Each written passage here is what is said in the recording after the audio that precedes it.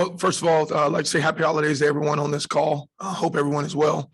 We're excited to be here at the Orange Bowl. Our team is in great spirits right now. We've had great practices. We're healthy, and we're excited about tremendous challenge, being in the playoffs and obviously going against a very talented Georgia team and Georgia defense. And we're excited for the challenge. We know what's ahead of us.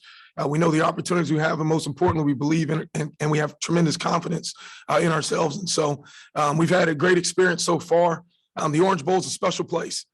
This is my third Orange Bowl I've been fortunate to be a part of, one as a player. And, so it brings back tremendous memories for me throughout all of my visits here, being a part of the Orange Bowl. And I can't tell you how excited we are to be here. All right, thank you, Coach. We will start the questions. First question to John Neo with the Detroit News. Go ahead, John. Hey, Josh. Of all of Hassan's runs this year, I'm just wondering if you've got a favorite highlight or two that sort of sums up his ability and what he's meant to this offense. Yeah, great question, John. Hassan is he's everything to us. We absolutely love him. I don't know if you can actually list out one specific play because he creates so many wild plays, whether it's hurdling guys or it's extra effort, short yardage plays where he's, running over defenders in the hole. He's a guy that, when you talk about a physical back and how you want to build your backs, he's the exact prototype of what you want to build your running back room around. He's done a tremendous job, carrying the load for us. And really, he had some tough tasks to go along at the midpoint of the season when Blake was down and Donovan was down. We really put the load on his back, and he carried us there for about 3 games. Just being the solo back. And so when you got a guy with his ability, his talent, his vision, his physicality, it makes him pretty complete. And so, I wish we had him around here for another 4 or 5 more years, but we're really, really proud of what he's accomplished, everything that he's done to this point. Okay, next question, Dennis Dodd. Go ahead, Dennis. Hey, Josh, congratulations on the Broyles, by the way. How has Blake's foot been? Because against Ohio State and Iowa, he had some pretty key runs, but you appeared to spot him. Where is he with that right now? Thank you for your initial comments there, Dennis. And, Blake's healthy. We're a healthy team, and that's where we're fortunate, being able to take the last few weeks and get ourselves back to 100% because, as everyone noticed, the last few weeks of the season, we were playing some really tough teams, but we had some bumps and bruises along the way, certain players being out. But the good thing for us is the next man stepped up and was always ready. And so we're excited now that we're finally back to full speed and healthy. Just having great depth, has allowed us to be in this position. Other than, the few weeks where we had to put a lot on Hassan's plate, we've been able to have great depth, to have different guys step up, whether it's Blake, whether it's Donovan. And so we're excited to finally get a chance to see a full speed, Blake Corum. I think a little bit of what people saw at him in the Big Ten championship game was him kind of catching himself back up to full strength. And he's ready to go. He's excited. And we're glad to have him back to 100%. All right, next question for Aaron McMahon. Go ahead, Aaron.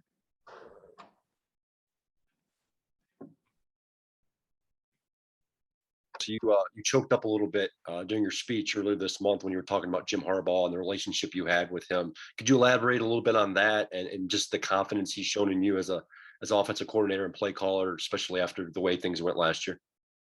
Yeah, Coach Harbaugh has just been, tremendous supporter of me. First of all, allowing me to come to, this just prestigious place.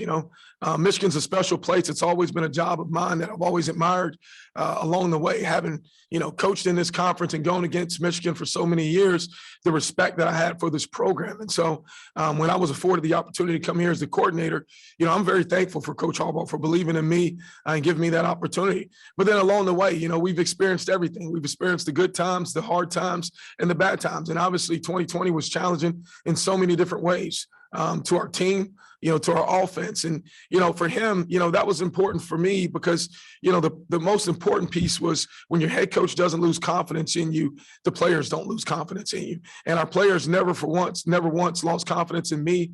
I never lost confidence in them. And we've persevered through everything. And so, we did gain some valuable lessons along the way in 2020, but I think it's built this team to be the team that we are today.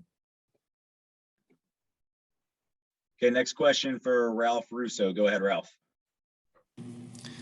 Morning, Josh. I hate to use the word blueprint here, but Alabama finally had success. Somebody had success against Georgia. That hadn't been done all year.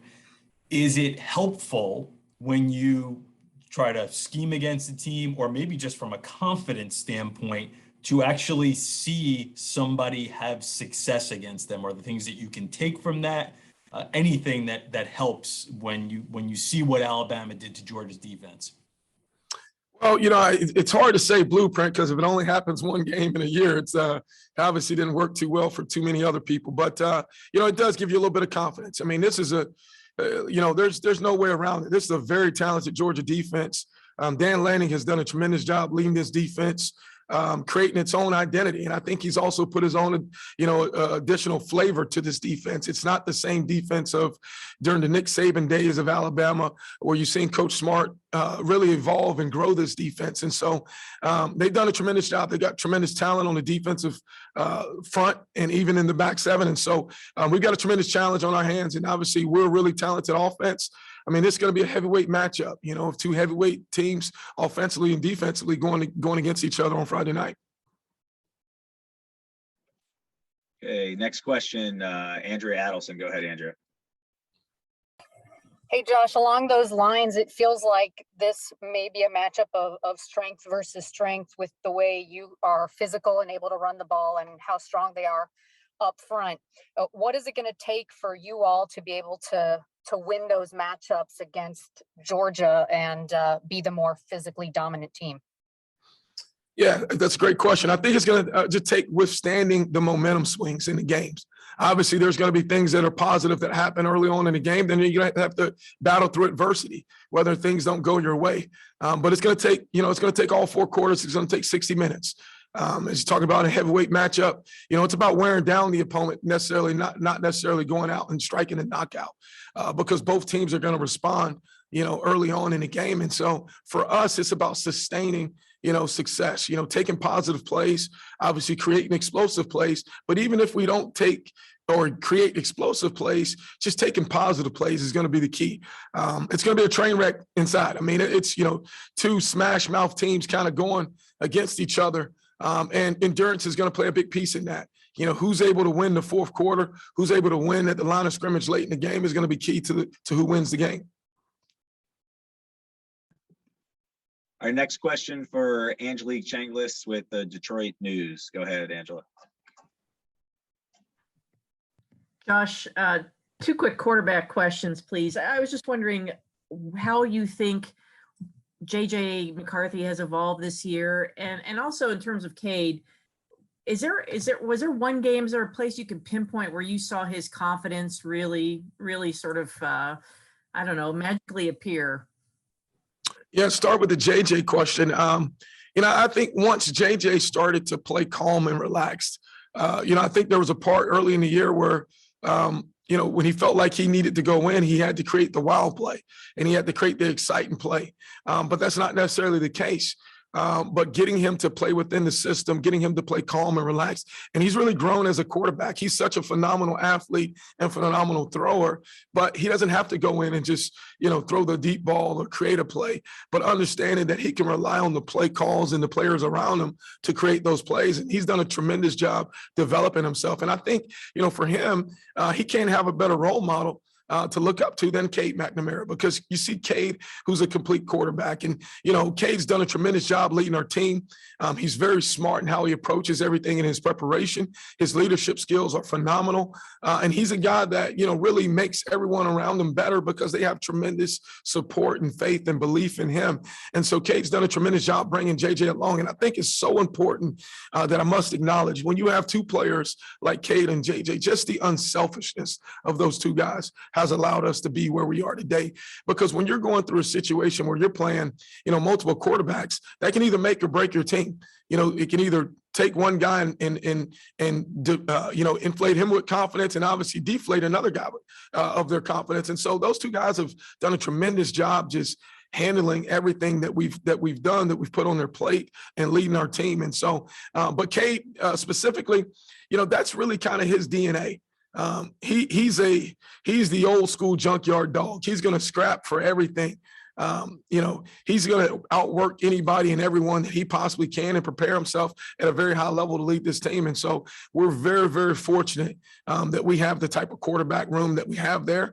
And I think Coach Weiss has done a tremendous job managing that room and creating an atmosphere in that room that's togetherness. And I think that's really been the key to our success offensively is how cohesive everyone plays. As a coordinator, I don't have to deal with the issues of someone coming in asking for the ball or asking for playing time because we got tremendous leadership on our offense. We got tremendous players, and they've done a great job accepting everyone's role. And next question for Tim Reynolds. Go ahead, Tim. Hi, Josh. Tim Reynolds with the Associated Press here in Miami. Welcome, belatedly. You have the unique perspective of having played in this game as well, of course. And, the Orange Bowl always wants to make this a very fun experience for the kids. It's a business trip for you guys, and we're in the throes of a pandemic still. Where's the balance this week between making sure the kids enjoy themselves? Obviously, the work comes first, but also you got to be safe. How does all that kind of fit together this week? Well, I think the balance kind of gets a little bit thrown off when you hit the college football playoffs, right? So the Orange Bowl of my days aren't quite exactly the Orange Bowl of today because it means just a little bit more when you're in the playoffs. It's such a iconic bowl and legendary bowl. The hospitality here is by far amazing. It's first class, and so the events. Our kids were able to go on a cruise last night. We, as coaches, had a coaching staff reception where the food was amazing, but we got to constantly remind ourselves we're here for a reason. This is purely a business trip. We're afforded the luxury of being in Miami in such a great hotel and have all the hospitality around us. But it doesn't matter if we're playing this game in Ann Arbor, Athens, or Miami. We're here for a reason. And the college football playoffs is that reason. And so we've got to remain focused because once you hit the playoffs, you're playing the best of the best. And so as we know, we've got a tremendous challenge. We're excited and we're accepting of it. And we're looking forward to going out displaying everything that we have on Friday night. Okay, next question is from Austin Meek. Go ahead, Austin. Josh, I believe you guys lead the nation in plays of 50 yards or more this season. What do you think has been the key to the number of explosive plays you've been able to generate? Explosive players, number one by far. When you look at, how we're creating those explosive players, it's getting the ball in the hands of explosive players. And so when you got guys like A.J. Henning, Blake Corum, Roman Wilson, Donovan Edwards, those guys are going to create explosive plays, and that was an area where we really emphasized increasing our team speed.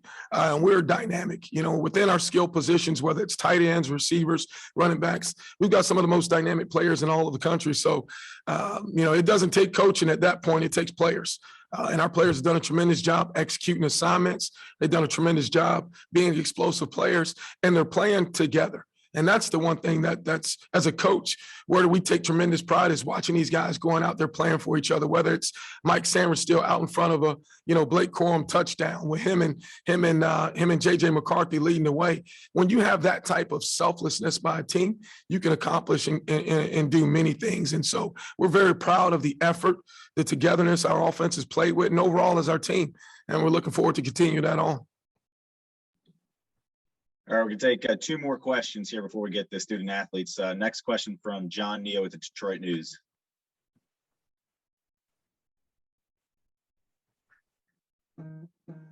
You there, John? Oh, sorry about that. Hey, Josh, I just wonder, the tight ends obviously have been more involved, but in addition to the pass catching, can you talk about Eric All's blocking ability and what that's meant for this offense? Yeah, specifically Eric, but I'll talk specifically for the group too, because they're the unsung heroes of our offense. You talk about what's the most important position in this offensive system. It's the tight ends. They allow us to do everything that we want to do. They allow us to be the physical downhill run game team. We ask those guys to go out and catch passes, but also protect for passes. And so, they're really the Swiss Army knife to get us going. And really that group is led by Eric All and Luke Schoonemaker. Both of those guys are talented players. And you see Joel Honiford get out there and Carter Seltzer in the mix. But when you ask about Eric, you know, he's a guy that tremendous talent. He's so athletic. He's got tremendous ball skills and catch radius. And he's got one of the hardest heads on the team. He'll go in there and knock you out. I mean, he will throw everything he has in there to get a block. And when you got a guy that plays with that type of physicality at the H-back position and that type of precision and route running, and he's able to create separation with his speed, you know, he's really a dynamic threat to opposing defenses, because how do you guard him? You know, do you put a nickel back on him, or do you play base defense? And so when you have the type of tight end room that we have, you know, it makes you complete as an offense. And I think Coach Jay Harbaugh has done a tremendous job just developing that room as well. Because even early on in the season, when they weren't getting all the attention or of the catches, those guys were playing selfless football. They were going out. We were asking those guys to make some tough blocking assignments in the run game, and never once did they complain about getting the ball. So it's really been pleasing to see them have success later in the year in the passing game, because they deserve it. Those guys are tremendous assets to our team and to our offense, and we couldn't be who we are without them. Our last question for Coach from Isaiah Hull. Go ahead, Isaiah. Hey, Josh. So there's been a lot of talk about momentum and things of that nature, about trying to keep momentum and having this layoff. But Cade McNamara said when you guys arrived that he's really liked what he's seen in practice to this point. What have you seen from the team in the kind of lead up? And then obviously you had a practice yesterday. How do you feel that your offense has performed so far? Yeah, I think the challenge was after we won the Big Ten championship game, if we could just bottle ourselves up and then ship ourselves to, you know, Miami and just play the next day, then we were ready to go. And so leading up to our bowl practices, we had phenomenal practices back at campus. And then the next challenge came, okay, would we be able to carry that over with all the excitement, with all the different distractions that could potentially come, you know, with bowl preparations down in Miami? And I'll tell you what, I was blown away yesterday. The type of urgency, the effort, seeing how fast our guys fly around. You know, it's different for us because we're coming south. So, you know, when you put us out here in warm weather and we're able to run around nice and fast, we look different. You know, we're used to practicing in 30-degree, 20-degree weather right now, wrapped up in clothes. And so just having the great weather, having a great surface, the practice facility at the DNR Stadium was unbelievable. Or International Miami Stadium, I think called Dan, can't remember the exact name, but it was unbelievable. Just was a fast surface, allowed our guys to fly around and execute, playing with tremendous confidence. And so, you know, I think the maturity of our team and the leadership of our team obviously led us to have a great season, but it's also prepared for us to have a great night on Friday. And so we couldn't be more pleased with the effort that our guys are playing with and their attention to detail.